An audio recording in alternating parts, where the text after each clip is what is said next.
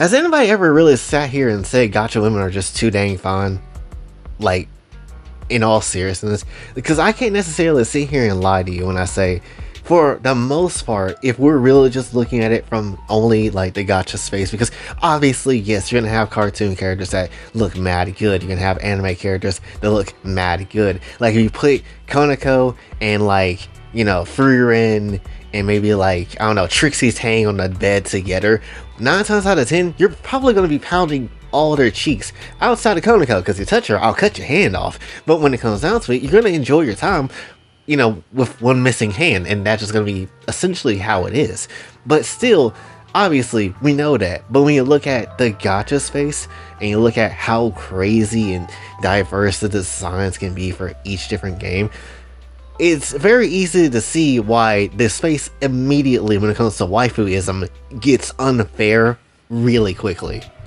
Like, honestly, even though ZZZ hasn't been out that damn long, you could sit here, look at the female cast of ZZZ, and basically you're not walking out of here, you know, having any nut left in the tank. That's just essentially how it is. Like, if you barely escape at all, I'll be surprised, because you shouldn't be able to escape fat ass cheeks like Nicole's and, you know, Juyeon and Jane Doe, Bernice, you know, even Piper with her sleepy ass. Like, you're not escaping that shit. If not that, then obviously you got like other characters as well in other areas that would probably service you well. Probably like Belle or something. Like, she's just gonna basically strap you to that damn couch in the back of her whole ass VHS store, and you're cooked. You're not gonna leave, but why would you? And that's kind of like the whole thing too, right?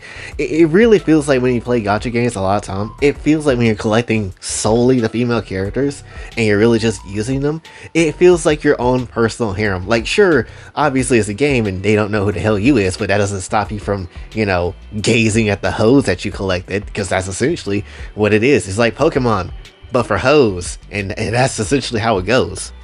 Because honestly, even with something like Wuthering Waves, which honestly I was thinking that, you know, the game wasn't gonna hit to any degree, I don't really care. And for the one big act with the whole big ass statue that you had to climb up to at the end of that one act, I didn't care. But then after kind of going into the story with Jinshi, and then obviously we get to see Changli and, you know, a lot of other characters that kind of would, you know, exist within Wuthering Waves. And also I just got through with Shorekeeper's story yesterday. Yeah, no, I'll be more than happy to spank Jinshi and Shorekeeper on the ass and just keep them beside me. That sounds like a good ass time, honestly. I did not think I was gonna care for Jinshi as I did, but yeah, that's just solid. Granted, her design already won me over. I'm like, I would like to basically make her extra white. She already has a lot of white hair. Let me just add some white ropes to her face. It'll be an easy time. And then Shorekeeper will be even more easier, because all she's just gonna do is just obey, which sounds fantastic, honestly. The black shorts is gonna turn white today. That's just gonna be how it is. And even looking at Rover as well, she ain't bad her dang self. Like, all that side booba that she got right there, like, for absolutely no kind of reason, like, just to keep it very much a stack.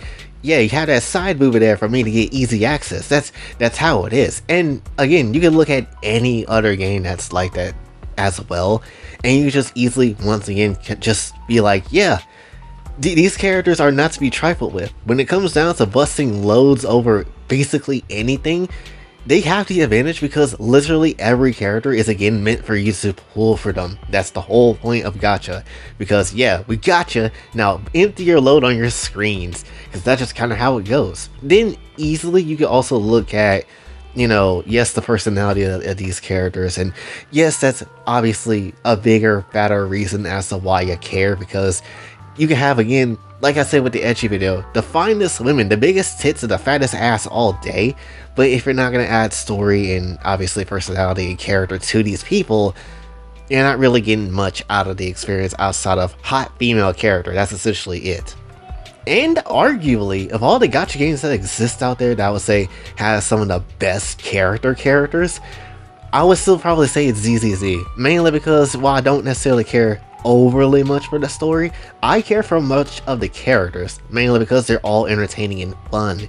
So that's the easy reason as to why. Even someone as boring as Yanagi, I would sit here and be like, yeah, I'd bust all over Yanagi and Sokaku as well. Her blue skin is going to be having a hint of white today. That's just going to be how it is, you know? And that's just plenty of really how you feel with, again, any other game. Even going as far as the Genshin, which, yes, finally I talked about Genshin in this damn video. How did I not mention them? Mainly because they're probably the most challenging of them all for me in terms of like the likability factor. And one of the biggest reasons why I never did a top 10, oh, who is the hottest character out of Genshin, is because I like them all. Even some of the ones I don't care for, like Yanbei, or, you know, someone like, you know, I guess like Kuki Shinobu at times. I don't really care for some of the characters, but at the same time, I like them all, personality-wise and design-wise, right? We already know how I feel about Lamine. I don't think we need to go into further discussion of how fine Lamine is, because she's a thicky-ass blonde chick that hails from the stars and different planets. We already know she got an ass that's just been fed from different types of planets for where she's been visiting. We already know. What I think I like about Genshin and experiencing that game first is definitely how the regions is just like, you know, vastly different design wise and everything, which means, oh, if I go to Mondstadt, I can get a medieval hoe, or if I go to Fontaine, I can get me a British hoe from the 1920s, or something of the sort like that. Or you go to Natlan and you just get straight up tribal sex. it never really ends. And Marvel Week probably would, you know, ordain that to be a thing that just isn't an annual thing, honestly, considering how nice she kind of is and how much, you know, she don't mind certain shit. At least from her whole ass character quest, she looks like the type of person that would just give you a blowjob if you just ask her. That's the type of person Marvel Week kind of strikes me as. My only issue when it comes down to Gacha just as a whole, and for these characters for the most part, is definitely the fact that they are a lot of righteous characters out there. Like, mainly, oh, we only do things for the good, we are good guys, we don't question ourselves, and things of the sort like that. The only character I've seen somewhat do it, and of all the roles I'm kind of surprised that she did, was like Chevreuse from Fontaine. Because if I'm gonna be honest with you, she was literally in her dialogue was like, I really did consider shooting this guy, but I didn't do it because it's my duty to not do so, right? And I was like, oh wow, we have a character that legit wanted to kind of do something a little different. That's a bit surprising. And she's an officer of the law.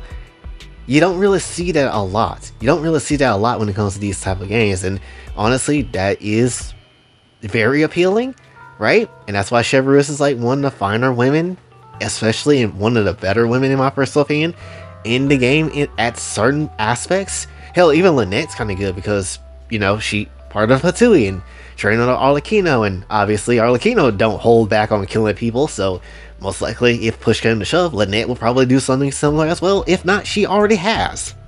Fontaine really do be having some of the most dangerous yet finest hoes. I don't know how it makes any type of sense, but it's just genuinely how it is. And there's obviously plenty of other gacha games out there, like, again, Round Dust 2 and Horizon Walker, that just basically pushes the boundaries of what can be allowed, honestly, and in certain ways go way beyond what I would think they could do, and they just gotta do it. And again, it's one of those moments where I'm like, damn, can we get an open world game where it's just openly lewd and good and has a really good story with good characters? I would like that very much.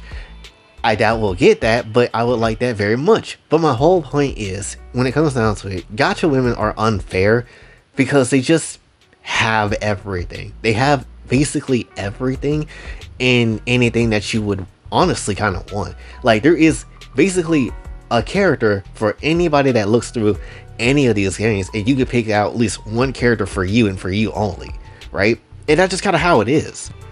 And honestly, I don't know if that's due to the magic of just, you know, you pull for a character, you get the character, and now it's yours type of feel, and, you know, makes it feel like you're special or something like that. But at the end of the day, the gacha is definitely doing their damn job. It's kind of hard to not necessarily stop playing these games because, yeah, I'll be damned if I lose like a lot of my progress, not only in story, but just collecting these fine ass women and then just, you know, abandoning that because, oh, the game isn't fun anymore or something like that. That would be kind of nonsense. I'm not necessarily gonna lie. So at least when it comes to Genshin, I am in the long haul, right? I would like to be in the long haul for other games, but obviously, as we know, Neverness, Severness, and Ananta coming out in the future, some of them probably gonna get dropped. And I kind of would hate it if it be ZZZ, because I'd hate to not look at, you know, Junyon's fat booty ass, officer booty, you know. Would kind of hate if I didn't see Nicole's bouncing ass tits. Just gonna keep it out there. My whole point though, essentially, Gacha women are unfair, and just to keep very much a stack, you know, if you put them in a room, all of them together, you're dead. You're basically gonna be at that one scene in Industry's Review when the three guys went into that whole ass like demon horde, and they got drained and died.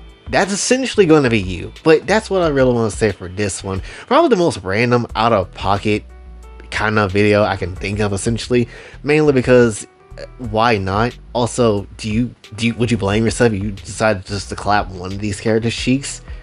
Because I don't, because they're fine as shit, and that's kind of the only reason why. But that's essentially all I really want to say for this one, so hopefully you did enjoy. If you did, be sure to like, share, subscribe, hit the notification on everywhere else, also follow my socials, and like to donate to the channel. Kofi and Cash App is available as well. And until then, it's Jay, sign off. Have a blessed day.